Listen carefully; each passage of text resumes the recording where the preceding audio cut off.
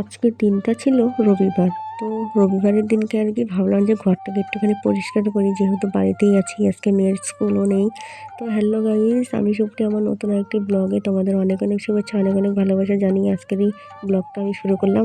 আজকে না রান্নাবান্না কিন্তু কোনো কিছুই হয়নি। তো ঘরের আর কি কাজে লেগে পড়লাম। তো যাই হোক, আজকে একটু রান্নাবান্না একটু দেরি করেই করবো। আগে আমার এই ছোট্ট ঘরটাকে ভালো করে ডিপ ক্লিন করে আর কি পরিষ্কার করে রাখবো।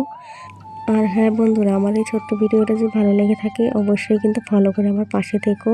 তোমরা পাশে না থাকলে কোনো কিছুই হবে না। তো যাই হোক, আমি এদিকে লাল রঙের একটা যে এত ধুলো পড়েছে, তো সমস্ত জামা কাপড়গুলো নামিয়ে কিন্তু সুন্দর করে আর কি গুছিয়ে নিচ্ছি। তো এক এক করে এখন সমস্ত জামা কাপড়গুলো আর কি পরিষ্কার করে আর কি ঝেড়ে ঝেড়ে রাখছি। আর এটার মধ্যে রাখলে না প্রচণ্ড ধুলো পড়ে। তো যাই হোক, এগুলো আর কি পুরোনো জামা কাপড়ই রাখা হয়, সবসময় যেগুলো আর কি পরা হয়। তো যাই হোক, আজকে কিন্তু রান্না করব, ওখানে চিকেন এনে রেখে দিয়েছি। তো আজকে চিকেন রান্না করব, শাক রান্না করব, আর দেখি একটা কিছু একটা করব। তো তাড়াহুড়ো করে সেই জন্য ঘরের কাজগুলোকে করে নিচ্ছি, এগুলো না করলেই নয়। এতটা ধুলো, এতটা নোংরা হয়েছে, আমার আবার ধুলোবালি আর কি ভালো লাগে না। একটু পরিষ্কার করে রাখতে আমার ভীষণই ভালো লাগে। তো যাই হোক, আজকে তোমাদের সঙ্গে ভাবলাম একটু শেয়ার করি আমি রবিবারের দিন আর কি কী করি না করি, সেটাই আর কি তোমাদের সঙ্গে শেয়ার করতে চলে এসেছি। সপ্তাহে একদিন করে কিন্তু আমি ঘরদোর এইভাবে করি আর কি পরিষ্কার পরিচ্ছন্ন করে রাখি। সপ্তাহে একদিন যদি না করো না, একদম আরও ধুলো ধুলো হয়ে যায়। সেই জন্য আমি কিন্তু সপ্তাহে একদিন হলেও আর কি পরিষ্কার করি। সেই জন্য প্রতিদিন তো হয় না। তো সেই জন্য আর কি একদিন ভাবলাম যে বাড়িতেই আছি আজকে, তো ঘরটা একদম পরিষ্কার করে নিই।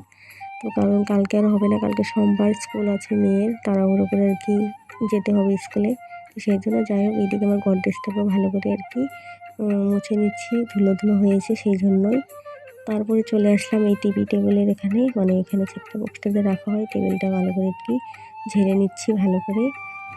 কোথার থেকে যে এত ধুলোবালি হয় আমি নিজেই বুঝতে পারি না। এত ঘরটা পরিষ্কার করে রাখা হয় মুছে টুছে, তবুও যেন ধুলো ধুলো যে কোথার থেকে আসে বুঝি না। তো যাই হোক, এগুলো আর কি সপ্তাহে যে একদিন করে সেই জন্য আমি করি। তো সেই জন্য আজকে একটু বাড়িতে গেছিলাম, সেই জন্য আর কি করে নিচ্ছি। তো যাই হোক, আমার ওইদিকে আবার রান্নাবান্নাও দেরি হয়ে যাচ্ছে, তাড়াতাড়ি করে নিচ্ছি। আর ভাবছিলাম বেডশিটটা ধুয়ে দেবো, তো আজকে আর বেডশিটটা আর কি ধুতে পারবো না। কেননা বাইরে এতটাই আর কি ওয়েদার খারাপ, বুঝতেই পারছো, এতটাই অন্ধকার অন্ধকার লাগছে তোমরা।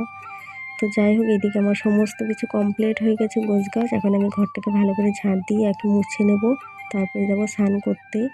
তো ওইদিকে আমার ফ্যান ট্যান তো মুছাই হয়ে গেছে, দেখলেই তোমরা। তো ফ্যানটা একদম প্রচণ্ড ধুলো পড়ে গেছিলো, অনেক দিন হলো আর কি ফ্যানটা মোছা হয় না। আর এইদিকে কিন্তু বারান্দাটাও একটুখানি ঝুল পড়েছিল, ওগুলো কিন্তু একটু ঝেড়ে নিলাম। তো চলো, আমি এখন ঘরটাকে ভালো করে মুছে নিই। আর দেখো, ওয়েদারটা একদম মেঘ মেঘ হয়ে আছে। আর বাইরে যদি একটুকু রোদ না থাকে না, আরও মাথাটা গরম হয়ে যায়। তো রোদ দিন হলেই ভালো লাগে, ভাবছিলাম যে বালিশ টালিশগুলো রোদ দেবো, তো হলো না যেহেতু রোদ নেই। তো যাই হোক বন্ধুরা, বেলা এদিকে 1টা বেজে গেছে, আমি এখন স্নান করতে যাব। আমার ভিডিওটা যদি ভালো লেগে থাকে অবশ্যই কমেন্ট করবে। তো চলো, দেখা হচ্ছে পরের ভিডিওতে।